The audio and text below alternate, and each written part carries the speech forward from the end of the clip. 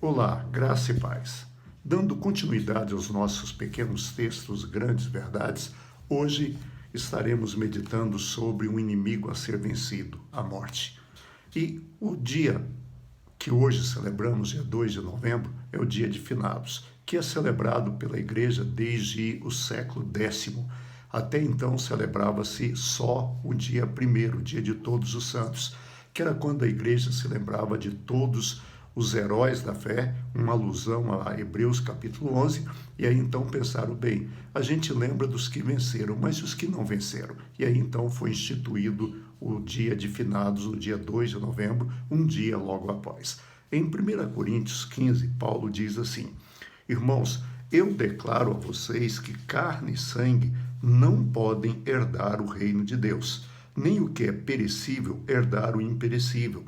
Eis que eu digo um mistério: nem todos dormiremos, mas todos seremos transformados num momento, num abrir e fechar de olhos, ao som da última trombeta.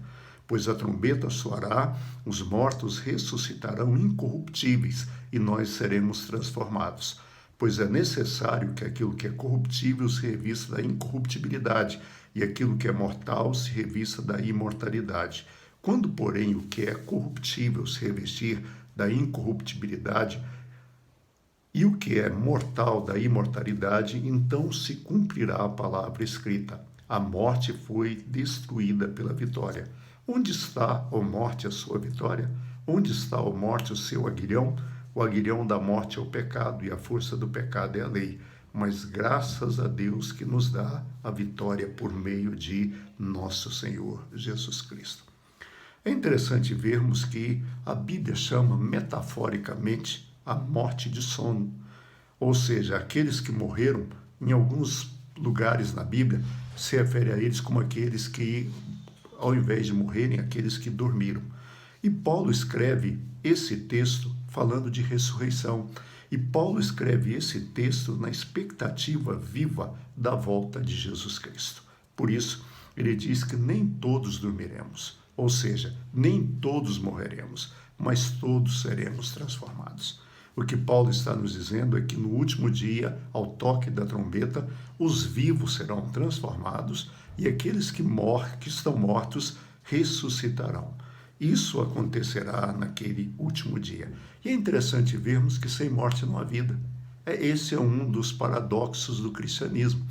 Se eu não morrer para o pecado, se eu não morrer para o egoísmo, eu não tenho vida, eu não tenho vida eterna. Jesus disse que a semente que cai na terra, se ela não morrer, ela não pode germinar e não pode dar frutos. Na volta de Cristo, no último dia, enfim, a morte será vencida. Nós não nascemos para morrer. É por isso que nós muitas vezes nos desesperamos diante da morte. O autor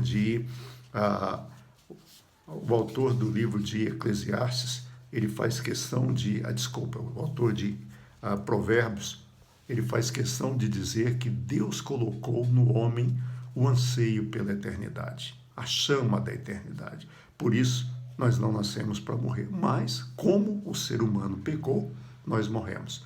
Eu às vezes falo com as pessoas, que perderam um ente querido, alguém que está passando por um processo de luto, que uma das coisas que a gente precisa ter quando chegarmos no céu é uma conversa séria com Adão e Eva. Por causa deles, nós morremos e nós sentimos a dor da morte. E a vitória da morte é consequência do pecado, porque o ser humano pecou, passamos a morrer. Então o pecado leva à morte.